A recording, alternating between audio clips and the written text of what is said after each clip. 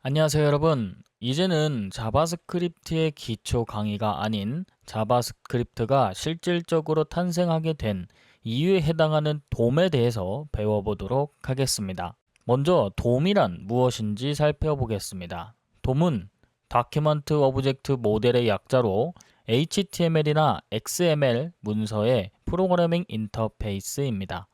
웹페이지는 HTML로 구성되어 있으며 이 HTML 문서를 브라우저가 이해하고 처리할 수 있도록 변환해 주는 것이 바로 돔입니다. 돔은 웹페이지의 구조를 객체 모델로 표현하여 프로그래밍 언어가 웹페이지 요소를 쉽게 조작할 수 있도록 합니다. 이를 통해 프로그래머는 웹페이지의 구조, 스타일, 내용 등을 읽고 변경할 수 있는 것이죠. 그러면 DOM이라고 하는 이 돔이 왜 중요한지 이유를 알아보도록 하겠습니다. 이 돔이 중요한 이유는 웹페이지의 동적인 변화를 가능하게 하기 때문입니다. 예를 들어 사용자가 버튼을 클릭하면 화면의 내용이 바뀌거나 입력 폼의 데이터를 입력하면 그에 따라 다른 요소들이 변화하는 등 동작은 모두 돔을 통해 이루어집니다. 돔을 사용하면 웹페이지를 더욱 인터랙티브하고 사용자 친화적으로 만들 수 있는 것이죠. 그리고 돔은 웹 표준으로 W3C라고 하는 월드와이드 웹 컨소시엄에 의해서 정의되어 있으며 모든 주요 웹 브라우저에서 지원이 됩니다. 이를 통해 프로그래머는 브라우저 간의 호환성 문제를 걱정하지 않고 웹페이지를 개발할 수 있습니다. 다음으로 돔 트리 구조에 대해서 알아보도록 하겠습니다. 돔 트리는 문서의 계층적 구조를 나타내는 일종의 도식입니다. 트리 구조는 루트 노드로부터 시작해서 여러 가지 유형들의 노드들이 트리 형태로 연결되어 있습니다. 웹 문서의 경우 루트 노드는 HTML에 해당하는 요소이고요. HTML 요소는 문서의 최상위 요소로 모든 다른 요소들이 이 루트 노드의 자식 노드가 되는 것이죠. 루트 노드 아래는 두 개의 주요 자식 노드인 헤더와 바디가 있습니다. 헤더는 문서의 메타데이터를 포함하고 바디는 문서의 실제 내용들을 포함하고 있습니다.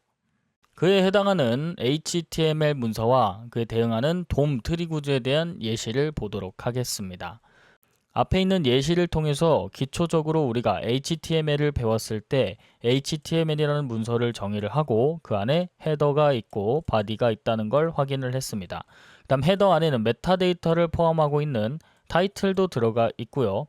그 다음에 HTML에 해당하는 각각의 문법들이 존재하고 있는 것이죠. 그러면 돔 트리 구조에 대해서 같이 한번 좀 자세히 살펴보도록 하겠습니다. 그래서 독타입 HTML이라는 것은 문서의 타입을 선언하는 곳이었습니다. 그리고 HTML은 루트 요소이고요. 아랫부분들은 자식 요소가 되는 것이죠.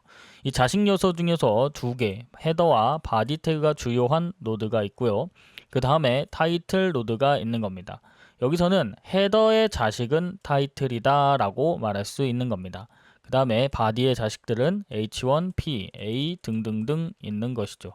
여기서 각각의 노드들을 루트 노드, 요소 노드, 그 다음에 텍스트, 속성 노드 이렇게 분류를 할 수 있습니다.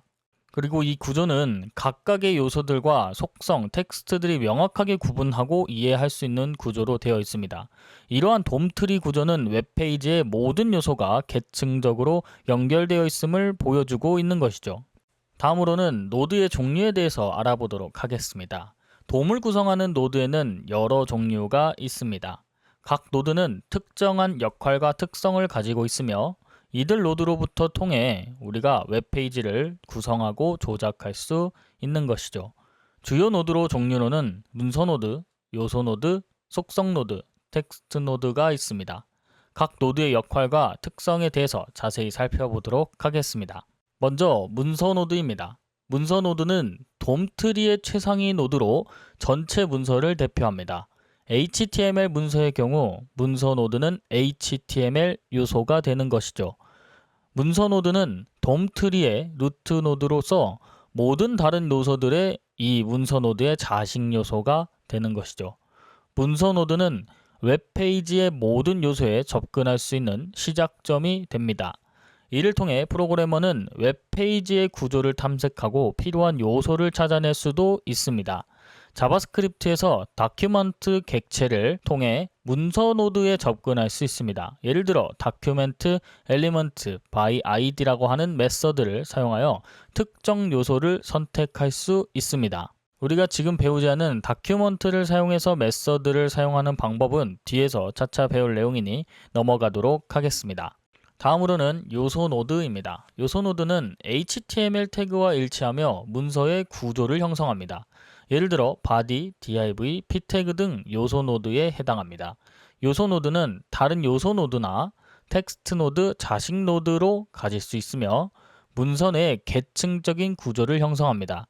요소 노드는 웹페이지의 레이아웃과 콘텐츠를 정의를 합니다. 각 요소는 특정 속성과 스타일을 가질 수 있으며 이를 통해 웹페이지의 외형과 동작을 제어할 수 있습니다. 자바스크립트를 사용하여 요소 노드를 생성, 수정, 삭제를 할 수 있습니다. 세 번째는 속성 노드입니다. 속성 노드는 요소의 속성을 나타냅니다. 요소 노드에 연결되어 있으며 예를 들어 지금 이미지, src, 그 다음에 alert라고 해서 각각의 속성들이 있죠. 여기서 src와 alert는 각각의 속성 노드가 됩니다. 속성 노드는 요소 노드의 속성을 정의하고 이를 통해 요소의 외형이나 동작을 조절할 수 있습니다. 속성 노드는 요소 노드와 밀접하게 연결되어 있으며 요소 노드의 속성을 설정하거나 변경할 수 있죠. 자바스크립트를 사용하여 속성 노드를 읽고 쓰는 작업을 수행할 수 있습니다. 자, 예를 들어서 지금 엘리먼트를 사용을 해가지고 각각의 요소를 메서드와 같이 결합을 하게 되면 속성을 설정하고 읽을 수도 있는 것이죠. 마지막으로 텍스트 노드입니다. 텍스트 노드는 HTML 내에서 텍스트를 포함하고 있으며 요소 노드의 자식으로 존재합니다. 예를 들어 p 태그를 통해서 hello world라고 작성을 하게 되면 hello world가 바로 텍스트 노드가 되는 것이죠. 텍스트 노드는 요소 노드 내에서 포함된 실제 콘텐츠를 나타냅니다. 텍스트 노드는 문서의 실제 내용을 표현하여 자바스크립트를 사용하여 텍스트 노드를 생성, 수정, 삭제를 할 수 있습니다. 자, 예를 들어 텍스트 노드 점하고 텍스트 콘텐트 속성을 사용하면 텍스트 노드의 내용을 읽고 변경시킬 수도 있죠. 그러면 이론적으로 배운 내용을 기반으로 각각의 요소들이 어떻게 실질적으로 작동하고 있는지 같이 한번 살펴보도록 하겠습니다. 먼저 요소 노드입니다. 요소 노드는 get element by id라고 해서 한 개의 요소를 추출할 수 있고요. 그 다음에 쿼리 셀렉터를 통해서 다수 개의 이 하나의 요소를 선택을 할 수 있는 겁니다. 자, 이렇게 하면 p 태그의 전체가 선택이 되고요. 여기는 콘텐트라고 하는 id로 되어 있는 게 선택이 되는 거죠. 그 각각의 요소에 이 텍스트 콘텐트를 이용해서 텍스트도 넣을 수 있고요. 이너 HTML을 통해서 각각의 변경된 HTML도 출력을 해볼 수도 있습니다. 이 부분은 요소 노드에 해당하는 부분입니다. 다음은 속성 노드이고요. 속성 노드는 이쪽에 있는 하나의 속성들을 얘기를 할 때 속성 노드라고 합니다. 그리고 속성 노드를 변경하기 위해서는 이런 식으로 엘리먼트로 by id를 찾습니다. 이 id에 해당하는 부분이 들어가고요. 그 다음에 set attribute를 해서 여기에 src 속성을 여기 속성에 해당하는 부분이고요. 어떤 값으로 바꾸겠다 하는 게 new 이미지로 바꾸고요. 자, 여기서 이 알러트의 부분도 new sample image라고 해서 변경을 하게 되는 것이죠. 그래서 출력을 해보면 실질적으로 이 부분이 출력이 되는 겁니다. 마지막으로 텍스트 노드입니다. 이 텍스트 노드 같은 경우에는 우리가 요소 노드에서 접근한 걸 봤듯이 id로 찾고요. 이 요소를 저장된 것을 가지고 텍스트 콘텐츠라고 하면은 새로운 콘텐츠에 해당하는 텍스트를 넣을 수 있는 겁니다. 이 변경된 텍스트를 보게 되면은 실질적으로 hello 돔이라고 출력이 되는 겁니다. 그럼 이 부분이 이렇게 해서 hello 돔이라고 출력이 되는 걸 우리가 추후 강의에서 같이 한번 작성을 하면서 살펴보도록 하겠습니다. 그러면 마무리해 보도록 하겠습니다. 오늘은 이 돔에 대해서 깊게 탐구를 좀 해보았습니다. 돔이 무엇인지, 돔 트리 구조를 이해하는 방법, 그리고 돔을 구성하는 다양한 노드의 종류에 대해서 알아보았습니다.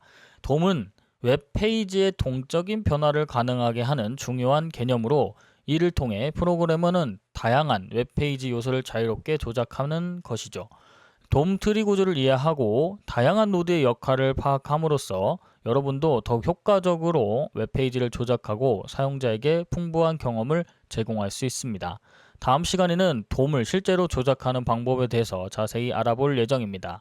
여러분의 웹 개발 여정에 이번 세션에 좋은 출발점이 되길 바라며 이번 강의 마치도록 하겠습니다. 감사합니다.